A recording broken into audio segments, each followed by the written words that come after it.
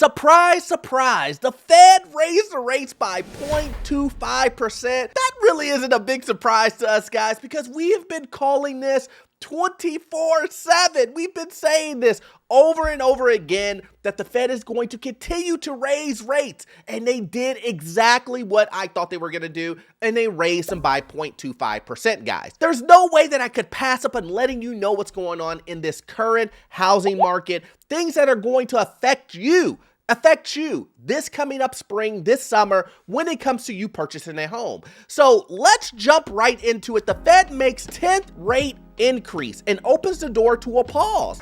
So, guys, every single time that we come to this point of the Fed raising rates, how many times do we hear these guys saying, a pause is gonna happen, which AKA is pivot, right? Pivot talk. These guys are so big on trying to get the Fed to pivot because they need it to happen, especially with all these banking failures. First Republic, SVB, it's continued to go down the line. And now we see Pacific Western Bank is on the brink of also failing too. And guys, listen, this isn't going to slow down. And we're going to see more bank failures, especially with a lot of these banks that have a lot of exposure to commercial real estate, guys. And a lot of regional banks do this. Not so much the big four, right? It's a lot of these regional banks that have a lot of exposure to that. So we're going to see a lot of these bigger banks gobble up the smaller banks, which, that's another issue within itself. But we're not going to cover that. We're going to stay on track here, and we're going to talk about exactly what's going on with the housing market and the Fed increase. And if I think they're going to pause, because guys, listen, they're going to get it right eventually. They're going to get it right eventually. Eventually, there will be a pause. Is it going to be coming up? Will it be in the next couple of times? Who knows? But let's jump into it. It says the Federal Reserve raised interest rates by a quarter point on Wednesday. This is the 10th straight increase in an aggressive campaign to tame rapid inflation. Now, guys, if you don't remember, the story that the Fed is on, right, is we will do anything. And remember what I said, anything. To tame inflation. He is trying to get that $4 apple down to $1. He's trying to get all of that new flooring that you're trying to get in your house done. He's trying to knock that down by 50%. He's trying to get rid of all of this inflation that has been running amok and running everything up to 3, 4 times higher than what it was a couple of years ago. Okay, that makes sense. Will he be able to do that? Jury's still out, because this Fed is still riding on the fence. He is still being pressured by hedge funds, banks. He wants to do his own thing by staying on the story of getting rid of inflation, and then he's on the politics and just trying to make sure he doesn't get eaten alive by Congress and other big politicians. But they also opened the door to pausing rate increases as their policies combined with bank turmoil to weigh down the economy. The central bank lifted rates to a range of 5 to 5.2%, a level they have not reached since the summer of 2007. The move capped the fastest series of rate increases since 1980s. Now, guys, when I said that, red flag, red flag, red flag, this isn't rocket science, guys. I mean, if you've seen everything that's currently happening in this market now, all the job losses, increased inflation, gas prices continue to go up, energy costs going up, insurance is going up, housing is going up. All of these things are continuing to go up. And they're going up for a reason. When you print out the free money, this is what you get. When you continue to give people free money, no interest, and the interest stay low for so long, this is what's going to happen. Do I still think housing is still going to go down? Of course. Of course I do. Do you know, guys, this is the beginning. This is just the tip of the iceberg when it comes to things falling. Before you would listen to other YouTubers or you would listen to other people, everybody would say, nothing bad is going to happen to the economy. Yeah, housing is still going to go up, 20, 30%. So yeah, it's going to continue to do that because you know why? Low inventory. Yeah. Low inventory is going to cause everybody to want to buy homes and overpay consistently. Because if there's still the demand there and there's still a low supply, people will pay a 20, 30, 40% premium for a home because there's just not enough for everyone. But then when I came in and I said, Well, if interest rates continue to go up, won't that stop demand? I mean, it seems very simple. It seems like, well, if people can't afford the homes, won't people stop buying homes? So won't that drop the price of homes? Because the demand is no longer there. But we're still on this trail of, will the Fed continue to raise interest rates? And here's my thing, guys. Here's my viewpoint on that. I think the Fed will pause interest rates. I think he will if he sees the data. This Fed here, let me just explain why I believe that. He is a numbers-driven Fed. The numbers don't lie. He is a Fed that will try to please everyone rather than holding on to his story of really fighting inflation no matter what. He's going to try, as he's always said, he doesn't want to tank the economy. He doesn't want to be an individual who says to himself, I am the one who caused us to go into a recession. I am the one who caused the biggest meltdown of banks in history. I don't want to be that person. So I'm going to try to ride the fence as much as I possibly can to make sure that, okay, we're limited to 3 bank failures. I don't want 10. Not cool. Not cool! That's what he's going to do, guys. He's going to try to do that. But here's the thing.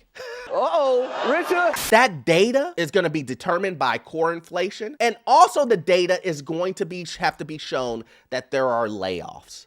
A lot of layoffs. But will the layoffs be shown before the next meeting? Will the report show that we have X amount of layoffs that brings down this labor market, that softens the labor market? And I think the Fed wants to see a little bit more before he dives in deep and says, You know what? I'm going to pause. But if we were to see core inflation go down by a good amount and we were to see layoffs, the labor market softening, I think the Fed would pause. Yeah, I know, I heard that. That's corny.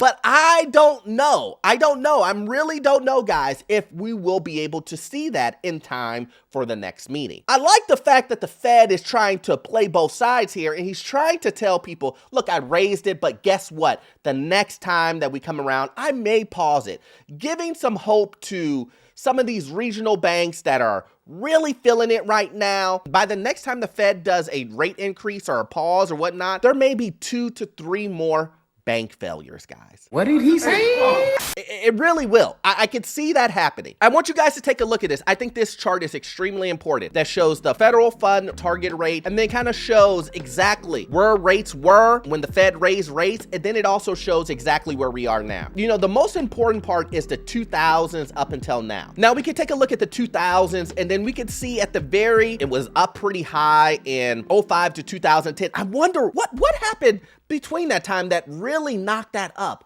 I just can't remember. There was something that really big that happened. I don't recall. Oh man, what? Oh, that's right, financial crisis. Yeah, okay, that makes sense.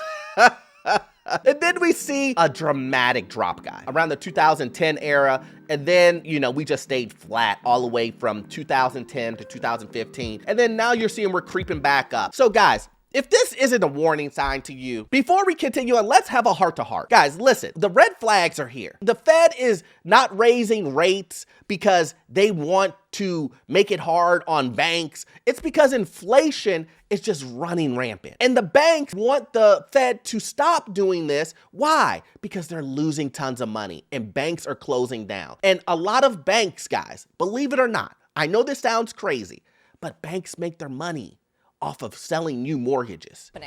No, this is the first I've heard of it. That's how banks make money. If the demand is super low for mortgages, if their deposits are fleeing the banks because people are scared, they don't want to keep their money in the banks anymore, then banks will fail. Well, duh. That's what will happen.